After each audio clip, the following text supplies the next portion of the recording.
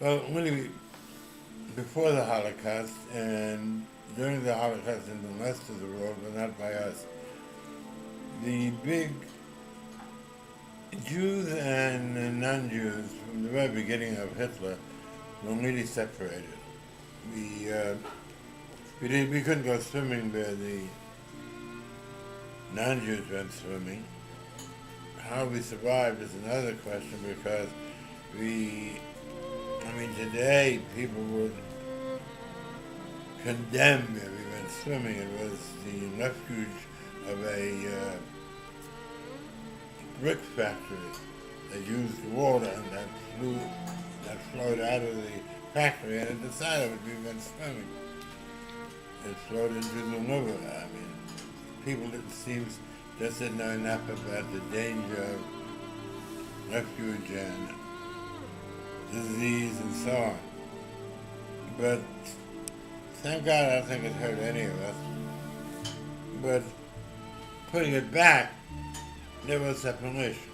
There was complete separation between Jew and non-Jew, and that's simply the way it was. You grew up with that. You knew that. We went to public school, but the Jews, there were 2 or 3 of us among class. We all sat on the same row in the back. We got taught. We got punished. But we were not really a part of the class. I don't remember playing with anybody there except for my Jewish friends. Actually, I don't remember playing there. We played outside school.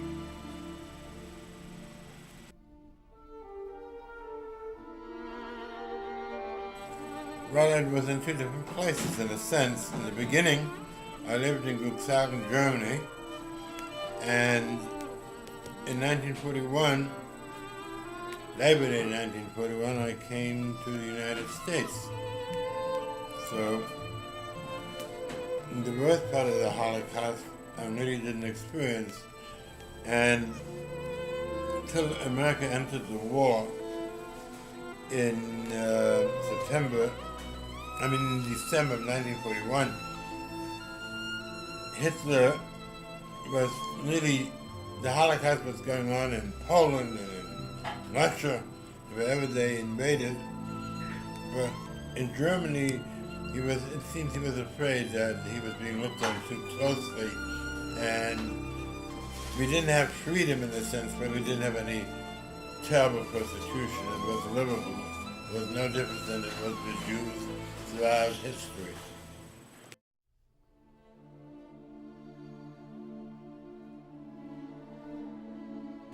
The Holocaust hit us in November 1938. I think it's the 7th or the 8th, maybe the 6th, whatever. That was called Kristallnacht, the night of the broken glass. And in every town, every city in Germany, the male Jews were arrested, stores were broken into. I don't know if anything was stolen, but they just broke the windows. Synagogues were destroyed, and you couldn't, and that was it. In our own particular little town, I don't think they took any of the Sefer Torah, but the wimples, the thing that you covered, that Germans used to knot the Sefer Torah, they were all over the place. The windows were gone, and after that we couldn't use the shul. We davened in a private home. As far as the people are concerned, my father was arrested, and this he never talked about, but I'd heard the rumor, and it's actually in a encyclopedia about German cities and towns in Yad Vashem, and I picked up the one on Cuxhaven, and what it mentioned is that he was thrown into the river and threatened that they were going to drown him. He couldn't sleep. He couldn't swim. and they pulled him out eventually, and he was then transported with all the men. The next morning, we didn't know where, but someone was watching the train station. They saw all the men being marched to a train, and they ended up in Buchenwald, which was eventually a death camp. It wasn't then. And there's a picture of people in Buchenwald milling around, and when I saw it, when your Bobby saw it, when some of your uncles saw it, they all said, that's Zadie. It's very clearly him being one of the people there. But they were released within 5 months. He came out in January, February. I don't know about him, maybe 4 months. But there were other people still in there. I don't know if anyone was killed, if anyone was detained permanently, although they were beginning to do that to Jews from Russia and Poland. But it wasn't then in Buchenwald.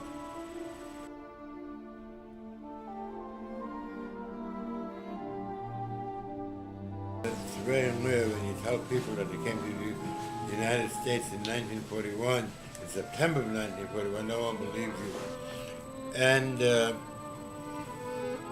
but after Kristallnacht, he knew he had to get out, but it took till 41 for different reasons till we were able to get out.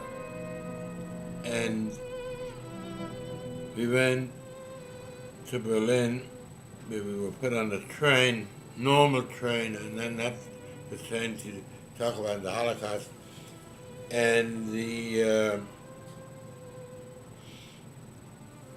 and we went from Germany to France, to Spain, to Portugal, and we left from Portugal. We made stops in between, a day here, half a day there. And we were supposed to be in Portugal, in Lisbon, for something like a week, but we were left after 2 days. Both left early, saying, Baruch Hashem, we were there, because if not, we would have missed it. That was, I believe, the last boat out of Germany. And we came to the United States. I mean, I know that the friends I left behind, all but one, perished, but they were still learning together. They were learning Mishnayos together during the Holocaust,